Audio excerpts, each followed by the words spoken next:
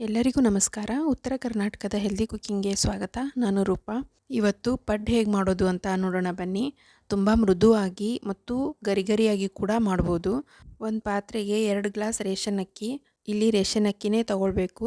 ಅರ್ಧ ಗ್ಲಾಸ್ ಉದ್ದಿನಬೇಳೆ, 1 tea spoon ಕಡಲೆಬೇಳೆ, ಅರ್ಧ ಟೀ ಸ್ಪೂನ್ ಮೆಂತ್ಯಕಾಳು ಮತ್ತು ನೀರು ಹಾಕಿ ಚೆನ್ನಾಗಿ ಒಂದು 2-3 ಸತಿ ತೊಳಿಬೇಕು. ನಂತರ ಮತ್ತೆ ನೀರು ಹಾಕಿ 6ರಿಂದ 8 ತಾಸು ನೆನೆಯಲು ಬಿಡಬೇಕು. ಬೆಳಗ್ಗೆ ನೆನೆ ಹಾಕಿ ಸಾಯಂಕಾಲ ರುಬ್ಕೊಳ್ಬೇಕು. ನೋಡಿ, ಈಗ 6 ತಾಸು ನಂತರ ಮಿಕ್ಸರ್ ಜಾರ್ಗೆ ಹಾಕಿ ಚೆನ್ನಾಗಿ ರುಬ್ಕೊಳ್ತಾ ಇದ್ದೀನಿ. ಸಣ್ಣಗೆ ರುಬ್ಕೊಳ್ಬೇಕು, ರವ ನಂಗೆ ಇರಬಾರ್ದು. ರುಬ್ಬಿದ ಹಿಟ್ಟನ್ನು ಒಂದು ಪಾತ್ರೆಗೆ ಹಾಕ್ಕೊಳ್ತೀನಿ. ಮತ್ತು ಉಳಿದ ಎಲ್ಲ ಅಕ್ಕಿನೂ ಹಾಕಿ 1 ಕಪ್ ಅನ್ನ ಹಾಕಿ ಸಣ್ಣಗೆ ರುಬ್ಕೊಳ್ತೀನಿ. ಅದೇ ಪಾತ್ರೆಗೆ ಹಾಕಿ ಕೈಯಿಂದ ಚೆನ್ನಾಗಿ ಮಿಕ್ಸ್ ಮಾಡ್ಕೊಳ್ಬೇಕು.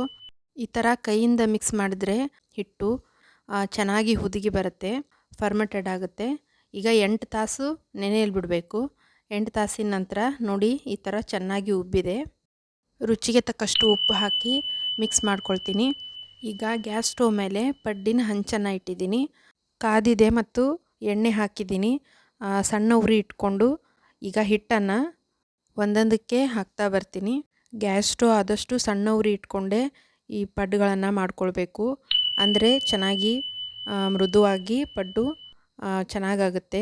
ಸ್ವಲ್ಪ ಕೆಂಪಗಾದ ನಂತರ ಈ ಥರ ತಿರುವಿ ಹಾಕಬೇಕು. ಮತ್ತು 1-2 ನಿಮಿಷ ಬಿಟ್ಟು ತೆಗೆದ್ರೆ ಗರಿಗರಿಯಾದ ಮತ್ತು ಮೃದುವಾದ ಪಡ್ಡು ರೆಡಿಯಾಗಿದೆ.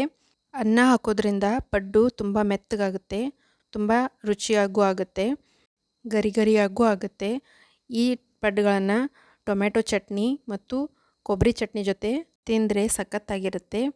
ಈ ರೆಸಿಪಿ ನಿಮಗೆ ಇಷ್ಟ ಆಗಿದ್ದರೆ ಪ್ಲೀಸ್ ಲೈಕ್ ಮಾಡಿ, ಪ್ಲೀಸ್ ಸಬ್ಸ್ಕ್ರೈಬ್ ಮಾಡಿ, ಬೆಲ್ ಐಕಾನ್ ಪ್ರೆಸ್ ಮಾಡೋದನ್ನು ಮರಿಬೇಡಿ.